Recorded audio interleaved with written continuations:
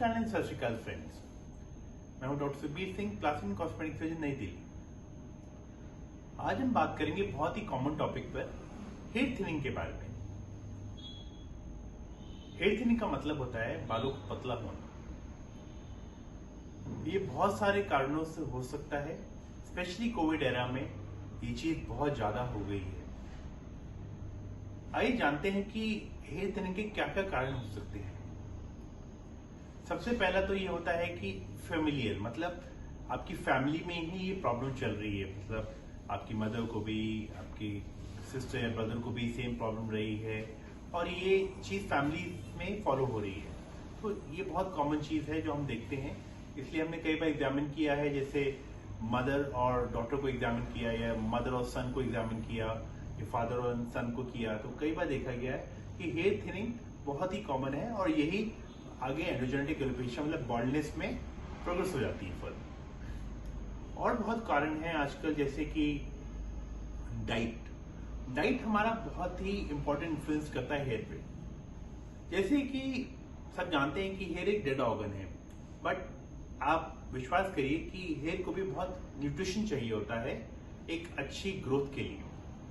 अगर आपकी diet healthy नहीं है, मतलब पौष्टिक नहीं है, बैलेंस डाइट नहीं है, आपकी डाइट में बहुत ही ज्यादा जंक फूड है, अगर आप बहुत स्मोकी फूड्स खाते हैं, बहुत बाहर का खाना ही खाते हैं, हाईली सॉल्टी फूड खाते हैं, स्पाइसी फूड खाते हैं, तो इन चीजों का भी बालों पे बहुत बैड असर होता है।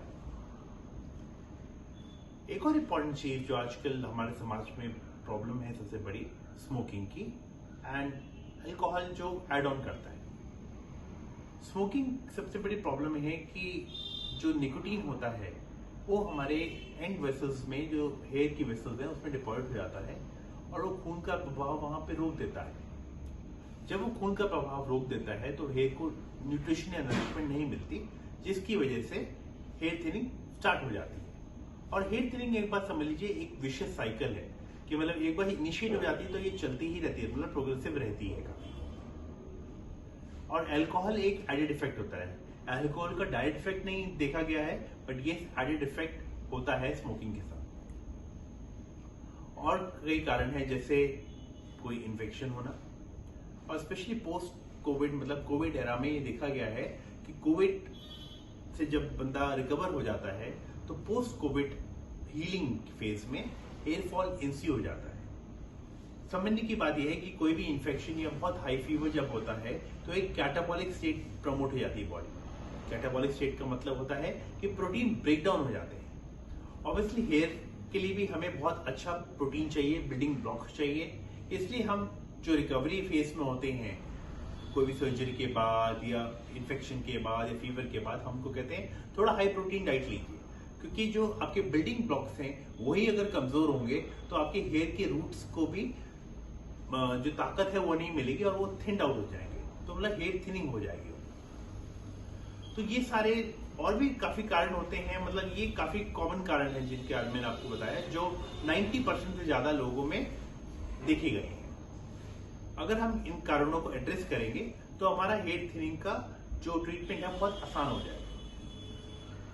और एक जो कॉमन देखा गया है, जैसे हार्मोनल कॉज होते हैं जिसमें हेयर फॉल और अल्टीमेटली हेयर थिनिंग प्रमोट होती है, जैसे थायराइड, हाइपोथायराइडिज्म बहुत ही कॉमन प्रॉब्लम है। सेकेंडली पीसीओएस, फीमेल्स में बहुत कॉमन है आजकल, यंग फीमेल्स में हमने पीसीओएस बहुत कॉमन देखा है। ऑब्वियसली हार्मोनल चेंज की वजह से हेयर फॉल इंसी हो जाता है, हेयर थिनिंग भी प्रमोट होती है। तो ये सारे इश्यूज पे एड्रेस करना बहुत जरूरी है। तो जो भी आपके डॉक्टर हैं, जब भी आप कंसल्ट कर रहे हैं, ये सब देखिए कि आप क्या क्या फैक्टर्स आपको इन्वॉल्व हो रहे हैं। तो वो अगर फैक्टर्स अगर आप देखभाल करेंगे तो ऑटोमेटिकली आपकी हेयर थिनिंग की जो प्रॉब्लम है वो काफी हद तक रिजॉल्व हो जाएगी। इसका मतलब ये है कि अगर आप अपनी डाइट, अपने हार्मोनल इश्यूज लाइक डायबिटीज या पीसीओएस या हाइपोथायराइड, ये अगर आप कंट्रोल रखेंगे, लेवल नॉर्मल रहेंगे, तो आपके हेयर थिनिंग की इश्यूज काफी हद तक कंट्रोल हो जाएंगे। ऑब्वियसली बहुत सारी चीजें होती हैं जो हम हेयर थिनिंग के लिए यूज कर सकते हैं, जो हेल्प करती हैं, जो हेयर थिनिंग को वापस हम काफी हद तक रिवर्ट कर पाते हैं।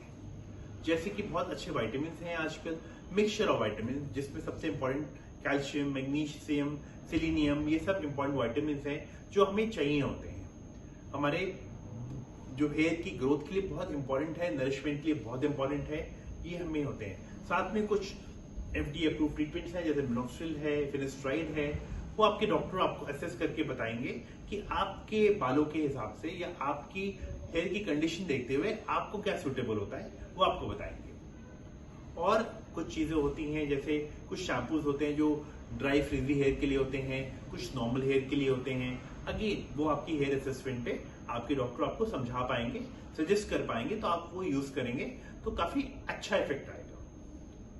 एक last but not the least PRP treatment होता है, मतलब प्लाज्मा ट्रीटमेंट है, जिसमें आपका खुद का ब्लड लिया जाएगा और वही ब्लड से हम प्लाज्मा निकालते हैं जो आपके रूट्स में हम डाल देते हैं। तो वो प्लाज्मा जो होता है उसमें बहुत ग्रोथ फैक्टर्स होते हैं, साइटोकाइंस होते हैं, जिसकी वजह से आपकी हेयर रूट्स की स्ट्रेंथ बढ़ जाती है। तो मतलब वो भी हेयर थिनिंग में बहुत अच्छा हेल्प करता है।